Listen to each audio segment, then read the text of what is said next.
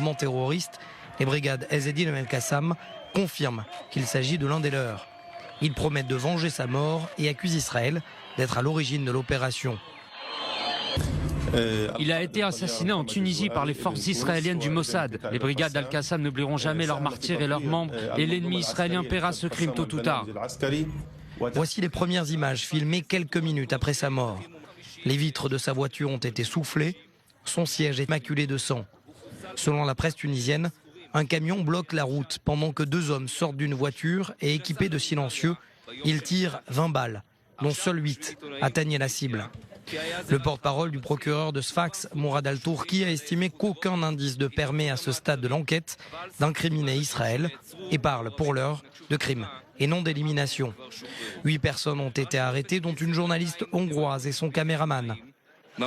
C'est eux, la veille de l'élimination de Al-Zawahiri, qui avaient filmé ce reportage. Ils pourraient faire partie du commando. Mohamed Al-Zawahiri, 49 ans, était un fervent opposant à l'ancien président tunisien Ben Ali. Il fuit ainsi son pays en 1991, direction la Libye voisine. Il tisse alors des liens avec l'ancien dirigeant Mouammar Kadhafi, se rend ensuite en Syrie et se rapproche de l'Iran et du Hezbollah.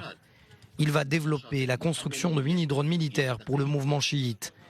Il travaillait également sur le développement d'engins sous-marins pilotés à distance.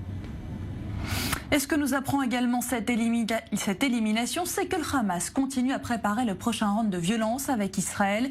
Un conflit qui pourrait se jouer en mer, car l'organisation terroriste est en train de développer son commando marin. Mathias Sinbar. Mohamed Al-Zawahiri, éliminé jeudi soir dernier à Sfax, en Tunisie, n'était pas qu'ingénieur militaire en charge des drones pour le compte du Hamas. Il aurait également été responsable du développement de l'unité marine du mouvement terroriste.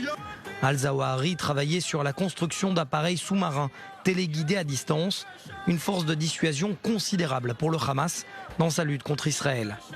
Cet homme de 49 ans, soutenu par les frères musulmans, était en contact avec le Hamas, le Hezbollah et certains agents de l'État islamique tunisien.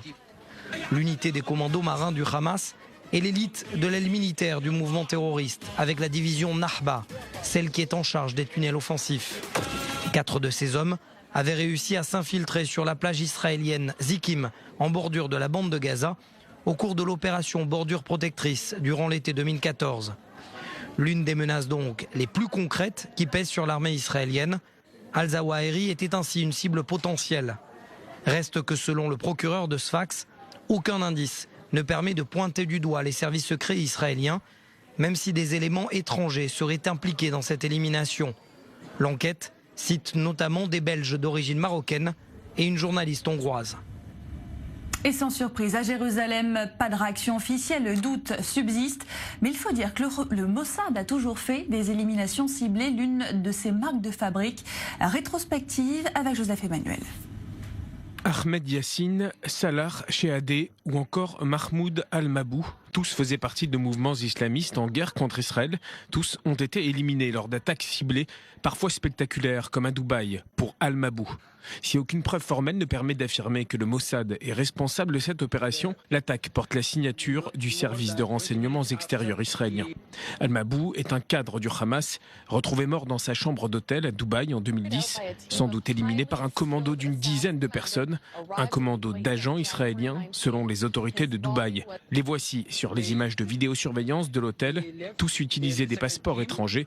Si certains critiquent la méthode, mais aussi le résultat, d'autres considèrent l'opération comme un succès, comme un nouveau signal fort lancé aux ennemis d'Israël. Le Mossad frappe où il veut et quand il veut. Parfois l'élimination ciblée atteint sa cible, mais pas uniquement. Le cas de Salah Shehadeh est caractéristique d'un choix compliqué pour l'État hébreu. Cet homme, accusé de multiples attentats meurtriers, était recherché depuis plusieurs années par Israël. En 2002, le renseignement tombe, il est localisé et sur le point de disparaître une nouvelle fois. L'homme se sait évidemment être une cible d'Israël, mais il vit tout de même en famille.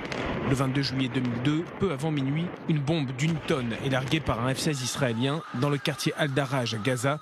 Shehadeh meurt dans l'attaque ainsi que sa femme et ses 9 enfants. Comme souvent en Israël, des associations décident d'attaquer l'État. Une enquête interne de l'armée conclut que les dommages collatéraux n'étaient pas prévisibles. La version est acceptée par le procureur général. Le dossier est clos. Autre exemple d'élimination ciblée, peut-être la plus connue du conflit israélo-palestinien, Ahmed Yassine, qui se fait appeler Sheikh Yassine, le fondateur du Hamas. Frappé lui aussi par un tir de missile depuis un hélicoptère de combat en 2004, frappé de plein fouet alors qu'il sortait d'une mosquée, il meurt sur le coup. En Israël, les éliminations ciblées ont leurs partisans, mais aussi leurs opposants. Ces derniers affirment que ces attaques sont contraires aux lois de la guerre et portent atteinte aux valeurs d'une société démocratique. Mais surtout, ils considèrent que ces opérations sont contre-productives. À l'inverse, les partisans des politiques d'élimination ciblée estiment la méthode conforme aux lois de la guerre. Ils soutiennent qu'elles sont une réponse mesurée au terrorisme qui met l'accent sur les auteurs réels d'attaques en évitant autant que possible de faire des victimes innocentes. Et on vous emmène à présent dans les coulisses de la lutte antiterroriste en Israël avec cette opération hors norme. Tsahal a mis la main sur le plus grand atelier de fabrication d'armes terroristes jamais découvert en Cisjordanie, une cache souterraine au cœur de Hebron. Mel Benoliel. Des dizaines d'armes semi-automatiques artisanales, des centaines de munitions. C'est un atelier clandestin de confection d'armes que Tsahal a mis au jour à Hébron lors d'une opération nocturne. Probablement le plus important jamais découvert ces dernières années. Une véritable usine d'armes située sous la maison d'un habitant de la ville palestinienne. Nous avons découvert de nombreuses armes, mais aussi différents types de canons. Et des dizaines d'armes de type Carlo. Et aussi des pièces appartenant à des M16. Un père et son fils ont aussi été arrêtés au cours de cette opération. Interrogés par les services de renseignements intérieurs israéliens, les deux hommes ont avoué être les propriétaires de cet atelier clandestin. Le Shabak cherche désormais à établir un lien potentiel avec un groupe terroriste palestinien. Cette mission est une des nombreuses missions que nous menons dans la région de Hébron. Nous continuerons de travailler